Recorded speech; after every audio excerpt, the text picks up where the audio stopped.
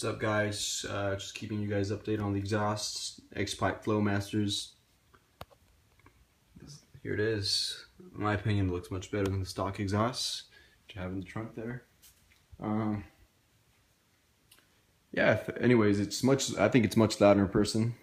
Video doesn't do much justice. Sounds much better in person as well. And yeah, we're basically filming at the mall today.